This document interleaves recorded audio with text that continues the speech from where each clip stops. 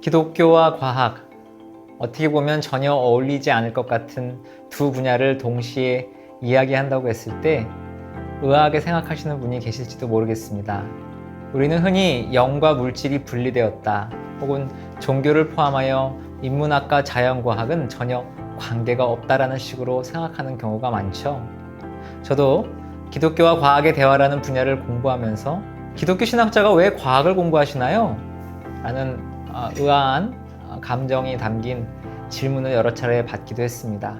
저는 이 질문에 기독교는 오랜 역사 동안 자연과학과 깊은 관계를 가져왔고 앞으로도 그럴 수밖에 없기 때문에 기독교인들은 과학을 이해할 필요가 있고 과학과 대화를 해야 한다고 대답을 합니다.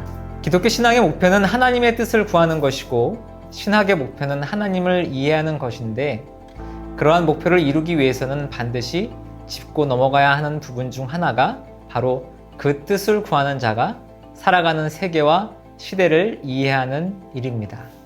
왜냐하면 역사적으로 시대의 변천에 따라 하나님을 이해하는 모습이 달라져 왔기 때문입니다. 그런데 기독교는 전통적으로 두 권의 책이 있다고 말해왔습니다.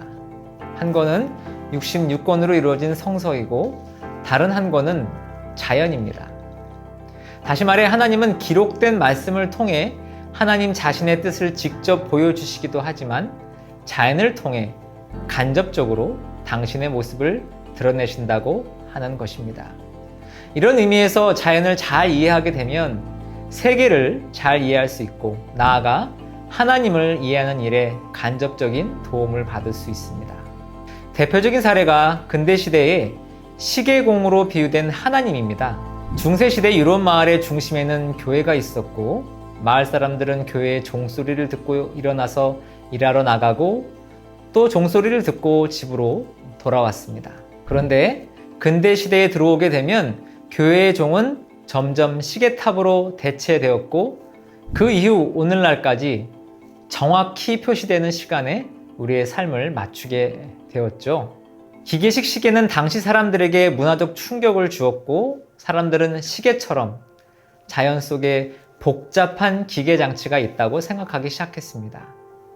뉴턴이나 보일과 같은 근대 시대를 대표하는 과학자들은 세계를 복잡한 기계로 이해했습니다. 당시 신학은 이에 영향을 받아 시계공이 정교한 태엽 시계를 만들고 자동으로 움직이게 한 것처럼 하나님도 태초에 자연을 정교하게 창조하시고 이후에 내버려 두셨다고 주장하였습니다.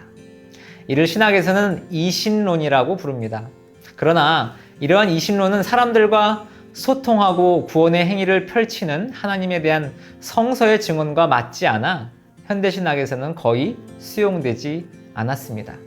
나아가 우리는 자연과학과의 대화를 통해 이신론적 신의 모습이 현대과학의 자연 이해와도 어울리지 않음을 발견할 수 있습니다. 왜냐하면 20세기 이후 양자역학의 발견과 생태학의 발견 등으로 물질과 생명이 더 이상 기계론적으로 이해될 수 없게 되었기 때문입니다. 모든 것이 상호 연결되어 있다는 현대과학의 발견이 관계 안에 계신 삼위일체 하나님에 대한 그 신앙과 대화하고 만날 수 있게 된 것이죠. 이처럼 역사의 변화 속에서 세계와 시대를 이해하는 방식은 달라졌지만 그 이해 방식의 형성에 있어 자연과학이 중요한 역할을 해왔다는 사실에는 변함이 없습니다. 더불어 우주와 세계에 대한 과학적 이해는 기독교의 신이해의 중요한 부분 중에 하나인 것입니다.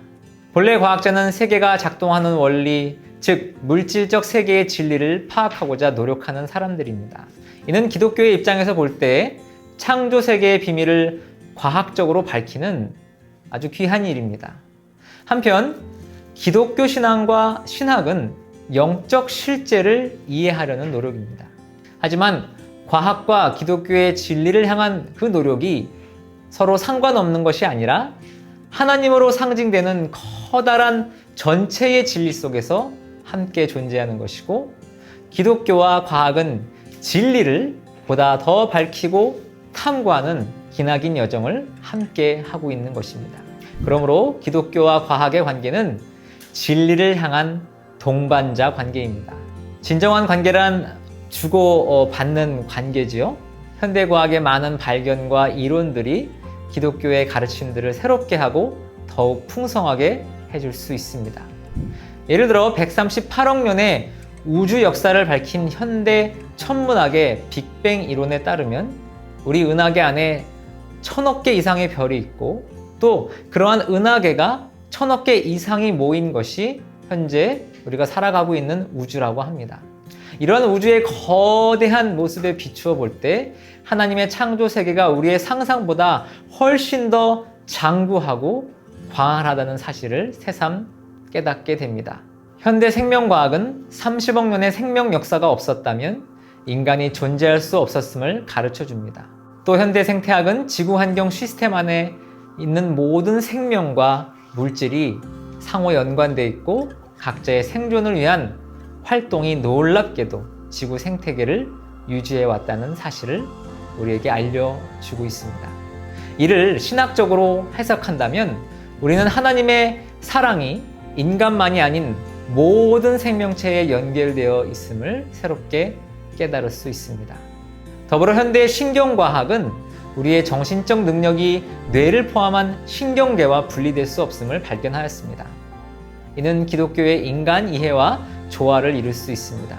왜냐하면 초대교회가 영혼만 중시하고 육체를 멸시한 이원론적 영지주의를 분명히 거부했고 오히려 인간을 영과 육이 전인적으로, 전인격적으로 통합된 존재로 이해하였기 때문입니다. 그리고 이 사실을 현대신학이 다시 발견하고 주목하고 있기 때문이죠. 반대로 현대과학은 기독교와의 관계 안에서 또 기독교와의 대화를 통해서 기독교가 지향하는 윤리적이고 보편적인 가치를 배울 수 있습니다. 현대사회를 논하고자 할 때에 과학기술을 빼놓고 이야기할 수는 없지요. 오늘날 늘 생활 속에서 이용하는 교통수단, 가전제품, 컴퓨터, 스마트폰 등은 이제 삶의 일부가 되었습니다. 그리고 첨단 과학기술이 없으면 이 모든 것들을 생산하고 사용하는 것이 불가능하죠. 그런데 과학기술이 첨단화될수록 사실 편리함만 있는 것은 아닙니다. 오히려 인류와 세계를 위험한 상황으로 몰아넣을 수 있는 가능성도 점점 높아지고 있습니다.